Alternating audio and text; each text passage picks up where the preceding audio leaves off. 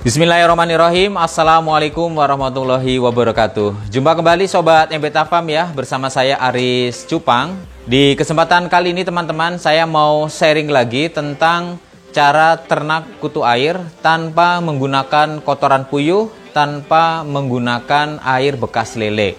Bagaimana caranya? Silakan teman-teman ya, disimak terus video ini, jangan dilompat-lompatin, jangan di skip-skip, supaya informasi yang saya sampaikan bisa teman-teman terima dengan sempurna.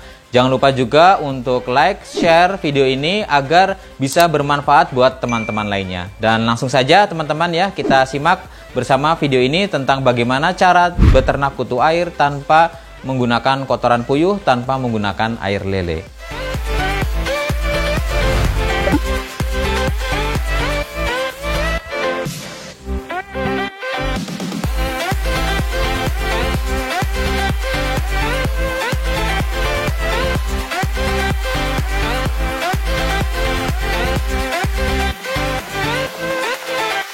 Ya Sobat MBeta Farm, nah ini di depan saya sudah ada kolam kutu air ya, yang di video sebelumnya sudah saya jelaskan mengenai spesifikasi kolam kutirnya ya, yang menggunakan baja ringan ya. Teman-teman nanti bisa klik aja, linknya ada di layar, ini bisa teman-teman klik atau teman-teman bisa cari aja di video-video saya.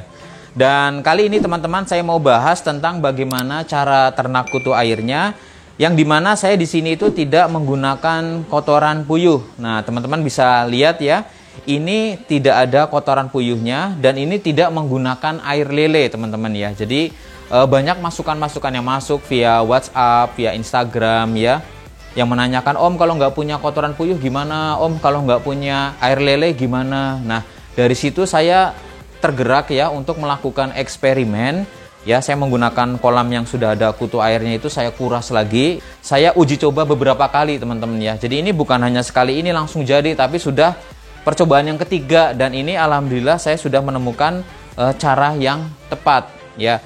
Pertama yang saya gunakan teman-teman ini adalah air bekas ikan cupang. Ya, yang dari lubukan, yang dari soliter, yang dari botol, saya kumpulin.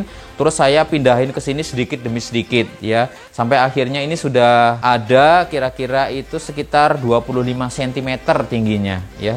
Kemudian setelah menggunakan air bekas cupang, saya menggunakan pelepah daun pisang kering ya.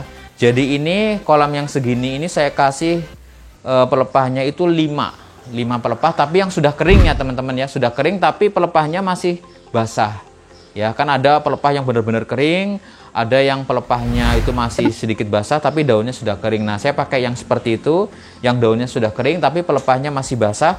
Kemudian saya rendam di tempat ini. Kemudian selain itu setiap pagi teman-teman ini saya siram dengan air bekas cucian beras. Ya, saya siram terus ya, tiap pagi, tiap pagi, tiap pagi. Kemudian sama saya kasih juga M4 ditambah molase ya. Molase itu air gula kelapa ya teman-teman ya. Setahu saya itu air gula kelapa. Teman-teman bisa cari di toko pertanian, bilang aja teman-teman mau beli molase ya, ditambah M4. Teman-teman campur dulu, kemudian disiram juga.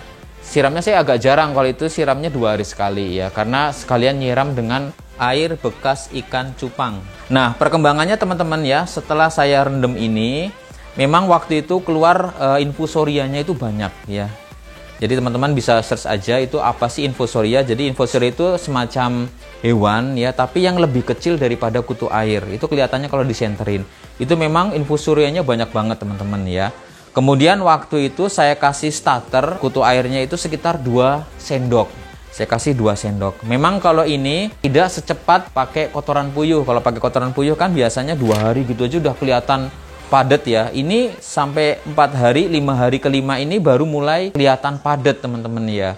Jadi memang lebih cepat dengan kotoran puyuh dibandingkan dengan menggunakan pelepah daun pisang dan air ikan cupang. Tapi ini bisa menjadi solusi buat teman-teman untuk bisa ternak kutu air buat pakan burayaknya. Jadi setelah 5 hari kemudian ini kutu airnya sudah mulai booming teman-teman. Tapi selain booming kutu air ternyata juga keluar belatung kecil-kecil dari pelepah daun pisangnya. Jadi kutu airnya juga meledak, belatungnya juga meledak ya. Tapi ini bisa diakali dengan disaring ya, pakai saringan yang agak kasar, jadi kutu airnya itu lewat, belatungnya bisa tersaring oleh saringan tersebut. Kemudian untuk jentik nyamuknya ada teman-teman ya, tapi tidak sebanyak kalau menggunakan kotoran puyuh ya. Jentik nyamuknya kita ambilin tiap hari juga, pagi dan sore, itu untuk diberikan kepada ikan cupang yang sudah dewasa. Jadi caranya seperti ini aja teman-teman, simple, menggunakan air bekas cupang, kemudian ditambah dengan pelepah daun pisang. Ketinggiannya ini juga nggak terlalu tinggi ya, sekitar 25 cm aja. Terus disiram air beras setiap hari, itu insya Allah bisa jadi kutu airnya ya. Tapi memang tidak secepat kalau menggunakan kotoran puyuh. Tapi ini bisa menjadi solusi buat teman-teman yang susah cari kotoran puyuh dan juga susah untuk nyari air bekas lele ya. Ini bisa teman-teman manfaatkan. Jadi misalnya teman-teman itu nguras air ya ikan cupang, jangan dibuang tapi dikumpulin, terus kemudian dimasukkan di tempat seperti ini, dikasih pelepah daun pisang, kemudian dikasih starter. Insya Allah nanti bisa tumbuh kutu airnya. Begitu ya teman-teman ya.